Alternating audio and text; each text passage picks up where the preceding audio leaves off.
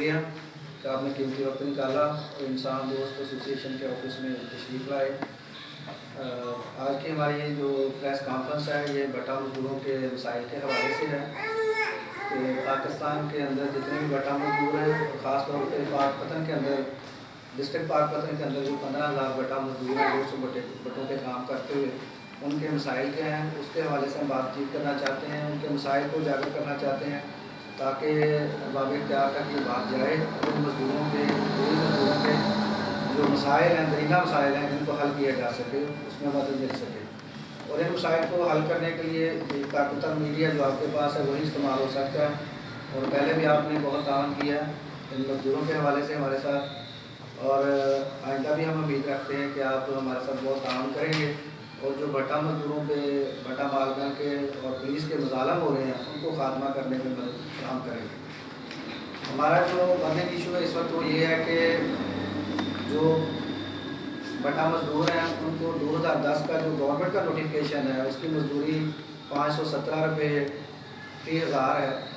جو کہ پاک پتن میں 250 سے 300 روپیہ مل رہی ہے اور مالکان نے اپنی جو پکی اینٹوں کی فروخت کا ریٹ ہے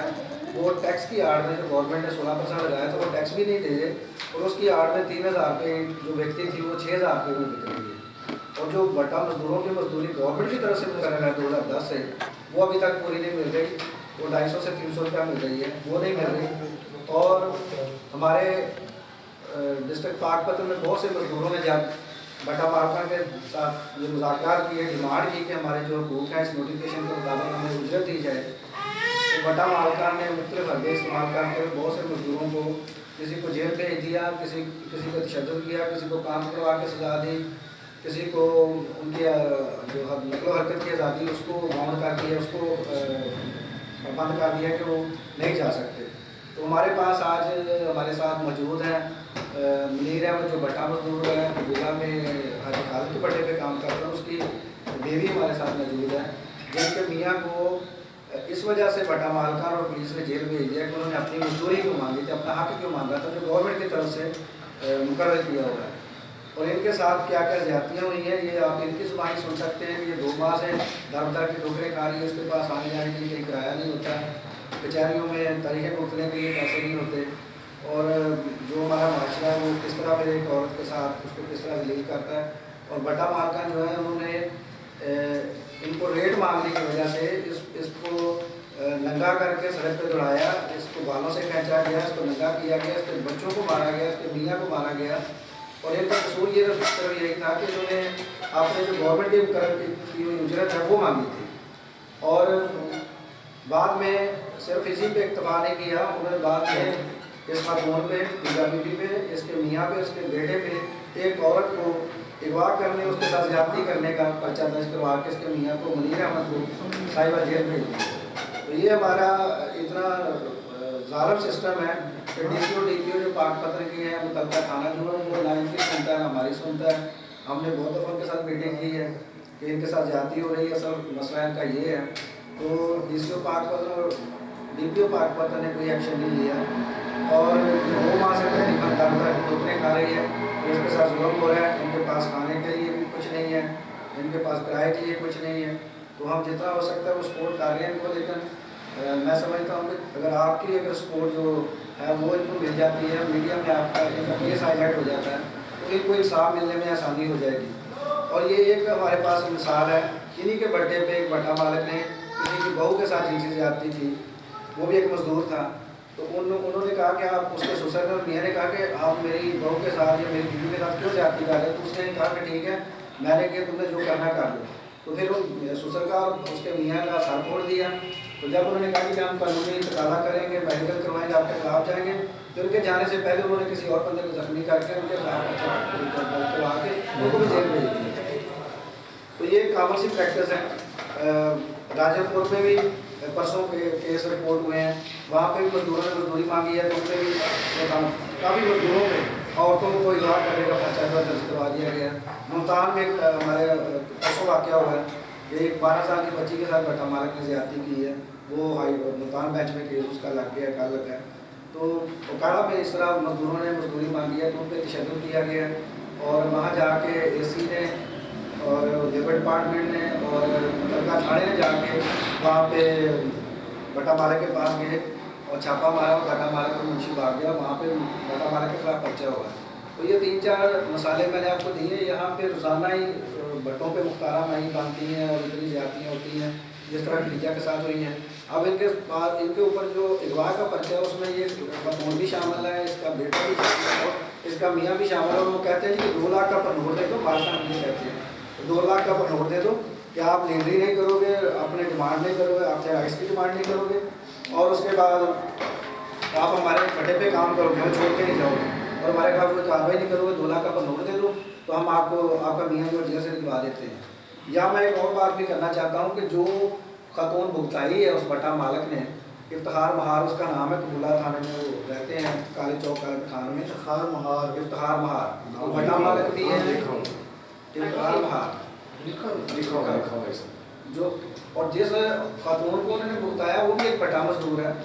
اور وہ 2 سال سے اپنے میاں سے علیحدہ رہ رہی ہے۔ اس کا میاں کسی اور بٹے پہ رہتا ہے، وہ ناراض ہے اس سے، وہ اس بٹے پہ افتخار مہار کے پاس رہ رہی ہے، اور جب بھی کسی پہ کوئی کیس کرنا ہوتا ہے تو اسی خاتون کو استعمال کرتا ہے، اس کو پیسے دے دیتا ہے۔ اور ہماری ایک خاتون سے بات ہوئی ہے ہمارے کچھ دوستوں کی، تو وہ کہتی ہے ہمیں تو پتہ ہی نہیں ہے، میری تو اس کے ساتھ طلاق کا، میرے میاں کے ساتھ 2 سال سے طلاق کا تنازع چل رہا ہے، مجھے یہ کہا گیا کہ تمہارا وہ کیس فائنل ہونے والا ہے، مجھے انگوٹھے لگا،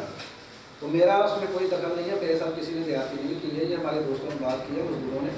اور اس کا جو بہنوئی ہے وہ بھی ہمارے پاس آنے کے لیے تیار ہے، وہ کہتے ہیں کہ میں ان کو لے کے آتا ہوں، لیکن ہم نے سوچا کہ آج کا دن ہمارا پریس کانفرنس کا آج نہیں، اس کو بلاتے ہیں پھر وہ مسئلہ بن جائے گا،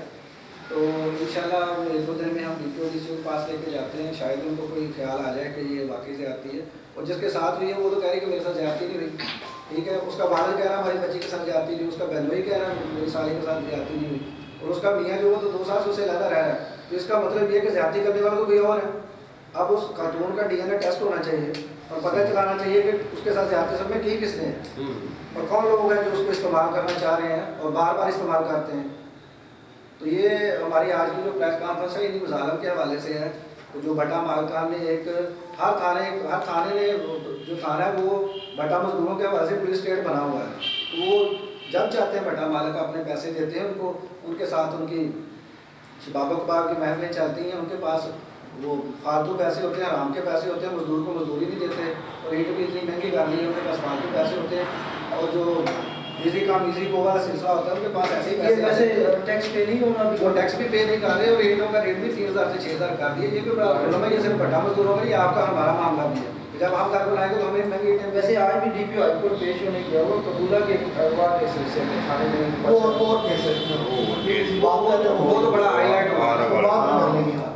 یہ اصل میں شاید جو ہمارے قبولے کے دوست ہیں، صحافی بھائی ہیں، انہوں نے بھی ہمارا کوئی ساتھ نہیں دیا، تو ان کو دینا چاہیے تھا، ہم نے اتنا واقعہ کیا، اور جس طرح ان کو ننگا کر کے مارا گیا ہے یہ ایویڈنس ہے ہمارے پاس۔ تصویریں ہیں نا جدو ماریا سی، میں آپ کو بتاؤں وہی بتا کہ